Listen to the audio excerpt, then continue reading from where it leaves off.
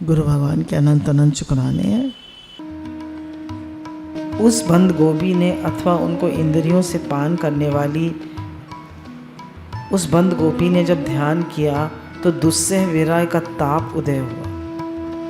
जब उस गोपी ने भगवान से मिलने की इच्छा करी तो उसको बहुत विरह हुआ, ताप हुआ। सो सब विरह अग्नि उदय हुआ। गोपी के हृदय में विरह की आग जली। कह रहे उस गोपी के हृदय में विरह की आग जली तो उसने सारे प्रतिबंधों को भस्म कर दिया। कर्म के आवरण भस्म हो गए, प्रारब्ध के आवरण भस्म हो गए। उसको उस आग ने भस्म करना शुरू करा। जितना अशुभ दुखदाई प्रारब्ध था सब भस्म हो गया। अब उसको भगवान के विरह में इतना दुख हुआ, इतनी तड़प हुई, इतना तड़प हुई कि उसका सारा दुखदाई प्रारब्ध जो था वो सब भस्म हो। उसको दुख हुआ ना भगवान के विरह में, तड़प हुई, रोई वो भगवान के लिए इतना। अभी गोपी के कर्म शेष थे, दुख के प्रारब्ध शेष थे। आगे के जीवन में उसको कई तरह के दुख होने वाले थे, पर वे दुख कोई धन के जाने से आता, कहीं रोग के आने से होता, कहीं मित्र के वियोग से होता। परंतु जब भगवान के विरह का दुख हुआ तो ना पुत्र के विरह का, ना पति के विरह का, ना धन के विरह का, ना गृह के विरह का, ना यशो विरह का, कोई विरह रहा ही नहीं। बस हुआ भगवत विरह। कोई विरह, कोई दुख रह नहीं गया, सिर्फ भगवान से न मिलने का दुख रह गया, उनसे न मिलने की तड़प रह गई। बस उसके जीवन में जितना दुख होने वाला था वह सब भगवान के विरह में एक साथ हो गया। दुस्सह प्रेष्ठि विरह, अपने परम प्रियतम से जो दुख विरह हुआ, उस विरह तीव्र तापस से सारे अशुभ भस्म हो गए। इतना विरह हुआ उसको भगवान से न मिलने का कि उसके सारे अशुभ कर्म जलकर भस्म हो गए। यह जब प्रीतम का विरह ताप उठता है, कह रहे हैं जब भगवान के विरह का ताप उठता है तो कैसा होता है? जब सोना खौलता है, सोच के देखिए, जब सोना खौलता है जितना ताप उसमें होता है उससे भी ज़्यादा ताप भगवान के विरह में होता है। दुनिया के सारे जहर मिला दिए जाए तो उसमें जितना दुस्सह तेज होता है उससे भी ज़्यादा उसके विरह में ताप होता है। श्री कृष्ण का विरह गोपी के हृदय में उदित हुआ और उदय होने से उसके जो अशुभ प्रारब्ध जो ज्ञान होने पर भी क्षीण नहीं होते, वे विरह ताप की प्रबलता में सारे के सारे उसके दुख क्षीण हो। देखिए, दुनिया भर के सारे पाप इकट्ठे हो जाएं, उनसे जितना दुख होगा उससे भी ज़्यादा दुख गोपी को भगवान के न मिलने से हुआ। उस दुख में क्या हुआ कि उसके सारे अशुभ कर्म जो थे वो सब जल गए, उसकी सारी दुख भरी प्रारब्ध जल गई।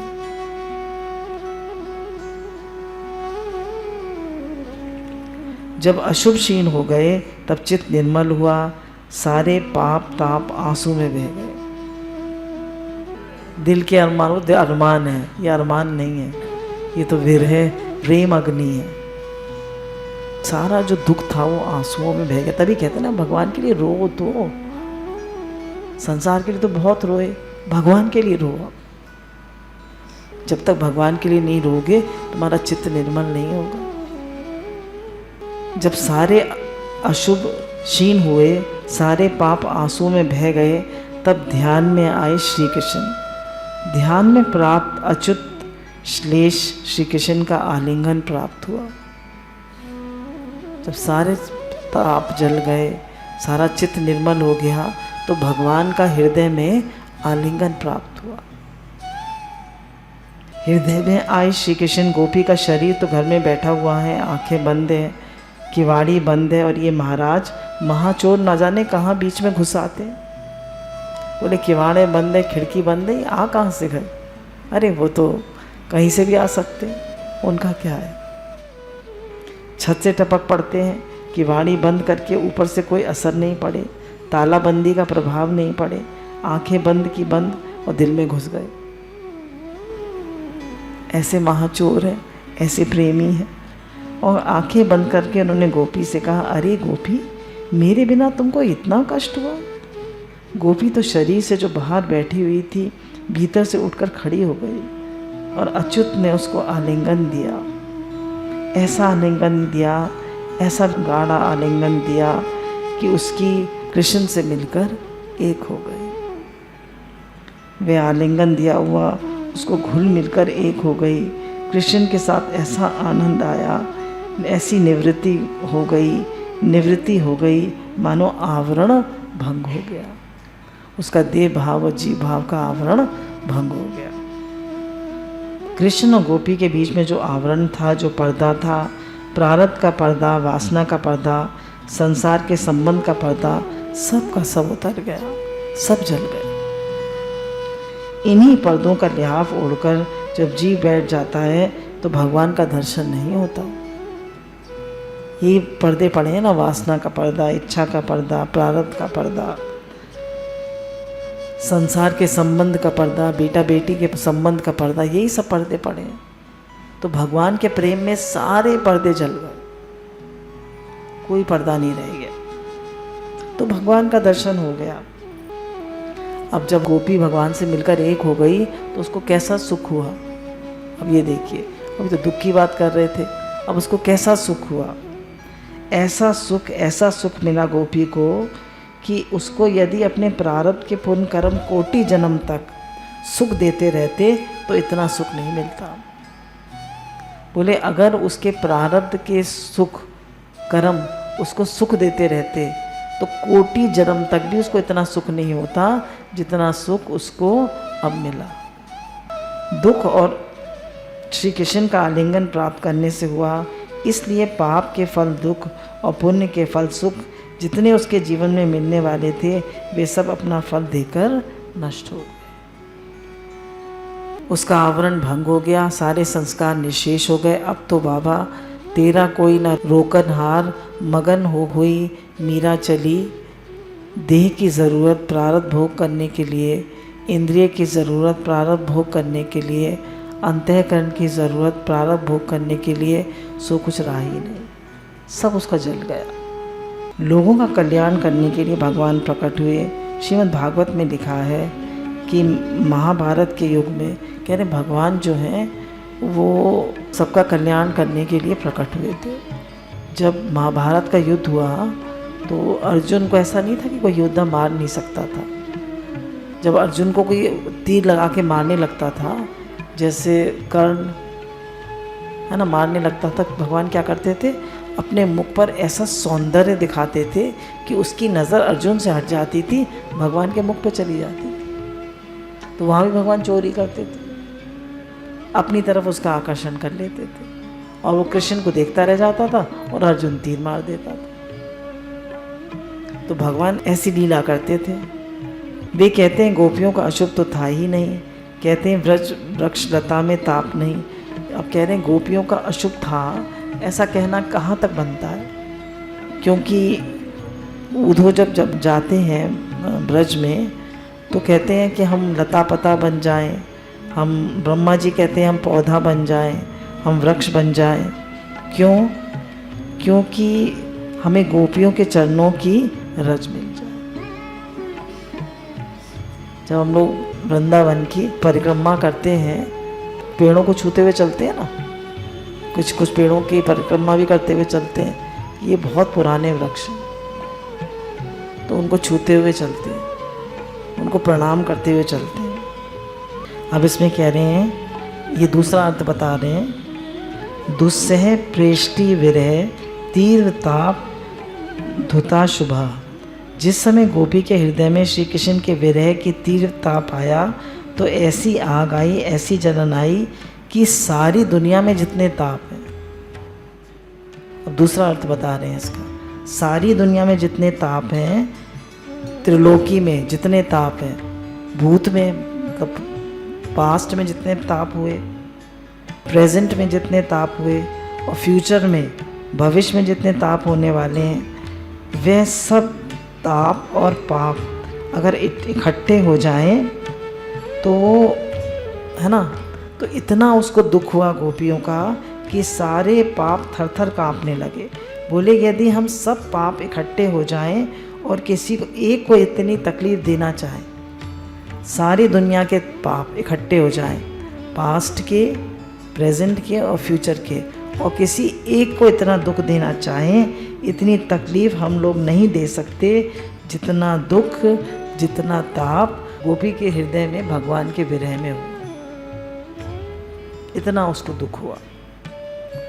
और संसार के सारे पुण्य इकट्ठे हो जाएं और गोपी को सुख दें, है ना, तो इतना सुख नहीं दे सकते। अगर संसार के सारे सुख इकट्ठे हो जाएं, पास्ट के, फ्यूचर के, प्रेजेंट के, तो उसको इतना सुख नहीं दे सकते जितना कि कृष्ण के आलिंगन से, मिलन से उसको सुख हो।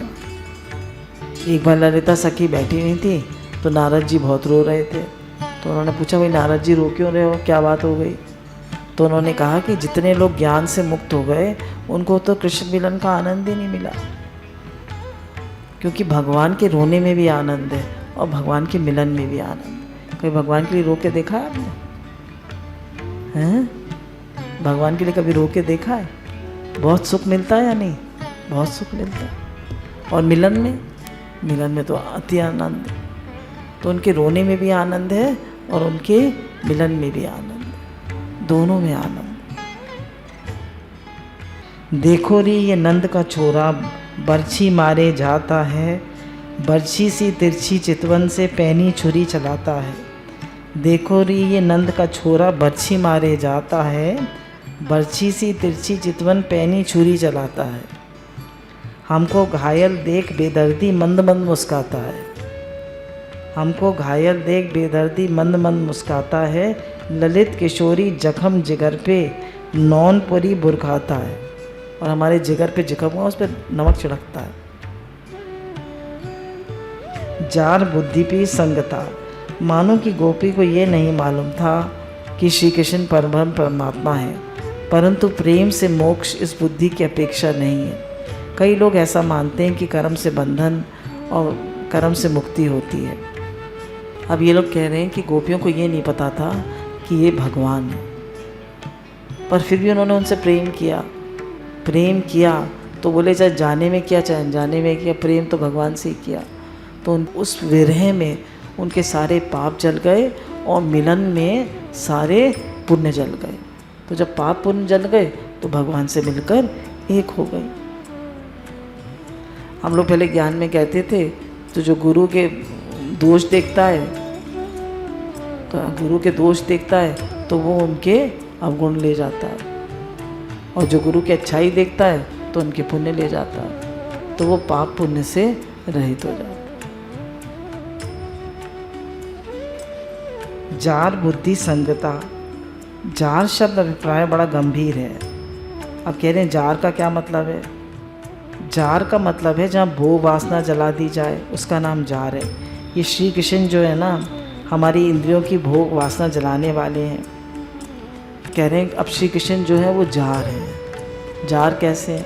देखिए, गोपियों के अपने पति थे नहीं थे, और इनके राधा रानी के गोप अभिमन्यु से शादी हुई थी, इनके भी अपने पति थे। तो भगवान जब जार कैसे कहते हैं? दूसरा। तो कृष्ण जो थे वो कौन थे? जार थे। अच्छा, अपनी पत्नी से प्रेम करने में उतना मज़ा आएगा जितना दूसरे से करने में आएगा? बताइए, तो मज़ा तो नहीं आएगा। तो अब क्या है, भगवान जो है वो तो भगवान है, तो सारी गोपियों के अपने पति थे और राधा रानी के भी अपने पति थे, तो उन्होंने सबने भगवान से प्रेम किया। तो इसको कहते हैं जार बुद्धि। अब देखिए, इसको गलत मत समझिएगा। तो कह रहे हैं कि हम लोग, हमारी संसार में जार बुद्धि है। जार बुद्धि क्यों है? देखिए, अब हमने खाना खाया, बड़ा टेस्टी लगा, तो हम कहेंगे आज बड़ा मज़ा आया। तो मज़ा किसको आया? हृदय में जो भगवान बैठे हैं उनको ही तो मज़ा आया। मरे हुए आदमी को मज़ा आएगा खाने का? हैं? हमने आज बहुत सुंदर फूल देखा और उसकी सुगंध ली, बड़ा आनंद आया। तो किसको आनंद आया? अंदर में बैठे भगवान को। और हम क्या कह रहे हैं? मुझे मज़ा आया, मैंने खाया मुझे मज़ा आया, मैंने घूमा मुझे मज़ा आया, मैंने सूंघा मुझे मज़ा आया। तो आपको यहाँ आया, अंदर में बैठे परमात्मा को आया, है ना, अंदर में बैठे परमात्मा को आया। तो कह रही है हमारी इंद्रियां वृत्ति झूठ मूठ नाता जोड़ रखा है संसार के भाइयों विषयों से। तो कह रहे हैं सारा आनंद, हमको प्रेम वास्तव में परमात्मा से ही है। हम कहते हैं हमें फ्रेंड से प्रेम है, हमें फ्रेंडा से प्रेम है, और क्या, फ्रेंड और फ्रेंडा, बॉयफ्रेंड कह लीजिए, फ्रेंडा कह लीजिए, हमें उससे प्रेम है, हमें उससे प्रेम है। किसी से प्रेम नहीं है, सब रूप में भगवान है, हमें उनसे प्रेम। वास्तव में हमारा प्रेम उन्हीं से है, पर हमें पता नहीं। हम सोचते हैं बेटी से है, बेटे से है, किसी से नहीं है। हमारा प्रेम भगवान से, सब रूप हमें पता ही नहीं। ये बाहर से जो संबंध है ना, ये दिखाऊ है। हमको भोजन प्यारा, रूप प्यारा, रस प्यारा, गंध प्यारी, ये सब हमारे ब्याते हैं। पर जो असली प्यारा है वे तो हृदय मंदिर में, नित्य निकुंज में, वृंदावन में छिपा हुआ है।